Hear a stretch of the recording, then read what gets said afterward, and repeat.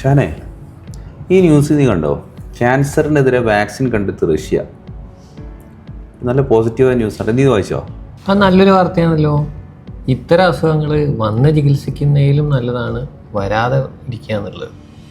വരാതിരിക്കാൻ ഒരു വാക്സിൻ കണ്ടെത്തുക എന്നുള്ള വലിയ കാര്യമല്ലേ. ശരിക്ക് ഡോക്ടേഴ്സിന് ആരെങ്കിലും കിട്ടിയിരുന്നെങ്കിലേ നമുക്ക് അതിനെക്കുറിച്ച് ചോദിക്കായിരുന്നു അല്ലേ? നല്ല കാര്യമാണ്. നമുക്ക് ഏതെങ്കിലും ഡോക്ടർമാരോട് ചോദിച്ചാലേ ഇതിന് കൃത്യമായ വിവരം കിട്ടുള്ളൂ. എന്താ ഡിസ്കഷൻ? സാറ് വന്നത് നന്നായി.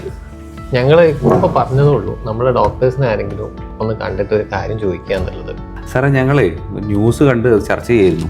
റഷ്യ ക്യാൻസറിനെതിരെ വാക്സിൻ കണ്ടെത്തിയ ന്യൂസ്. അപ്പം അതിൻ്റെ ചർച്ചയിലായിരുന്നു. ശരി സാറേ, ഈ ക്യാൻസറിൻ്റെ വാക്സിനും നമുക്ക് എല്ലാവർക്കും എടുക്കാൻ പറ്റുമോ? കാരണം സർവൈക്കൽ ക്യാൻസറിന് അതുപോലെ വാക്സിൻ ഉണ്ടല്ലോ, അതുപോലെ ഒരു വാക്സിൻ ആയിരിക്കും ഇത്. കാരണം നമുക്ക് എല്ലാവർക്കും ക്യാൻസറിനെതിരെ പ്രതിരോധമായിട്ട് ഒരു വാക്സിനായിട്ട് ഇത് യൂസ് ചെയ്യാൻ പറ്റുന്ന തരത്തിലല്ലേ വരുന്നത്. റഷ്യ ക്യാൻസർ വാക്സിൻ കണ്ടുപിടിച്ചതിന് നല്ല ന്യൂസൊക്കെ തന്നെയാണ്. പക്ഷെ നമ്മൾ പറഞ്ഞതുപോലെ ഇതൊരു സെർവൈക്കൽ ക്യാൻസറിൻ്റെ ഗ്രൂപ്പിൽ പെടുത്താവുന്ന ഒരു വാക്സിൻ അല്ല അത്. കാരണം സെർവൈക്കൽ ക്യാൻസറിൻ്റെ വാക്സിൻ എന്ന് വെച്ചാൽ നമുക്ക് വരാതിരിക്കാൻ വേണ്ടിയിട്ടുള്ള ഒരു വാക്സിനാണല്ലോ, പ്രൊഫൈലാക്റ്റീവ് വാക്സിൻ നമുക്ക് വേണമെങ്കിൽ പറയാം.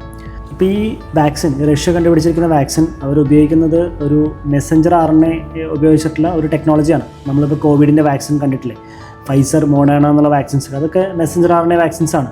അപ്പോൾ ഇവർ ചെയ്യുന്ന വെച്ചാൽ ഇപ്പോൾ ക്യാൻസർ രോഗിയുടെ അവരുടെ ക്യാൻസർ കോശങ്ങളോ വേർതിരിച്ച ശേഷം അതിൽ നിന്ന് നമ്മൾ അതിനെ കുറച്ച് ജനറ്റിക്കലി മോഡിഫൈ ചെയ്ത മെസ്സഞ്ചർ RNA ഉപയോഗിച്ച് ആ ക്യാൻസർ രോഗിയുടെ പ്രതിരോധ ശക്തിയെ ഒരു സ്ട്രെങ്തൻ ചെയ്യുന്ന ഒരു രീതിയാണ് ഇവർ ഈ വാക്സിൻ കണ്ടുപിടിച്ചതിലൂടെ പറഞ്ഞിരിക്കുന്നത്.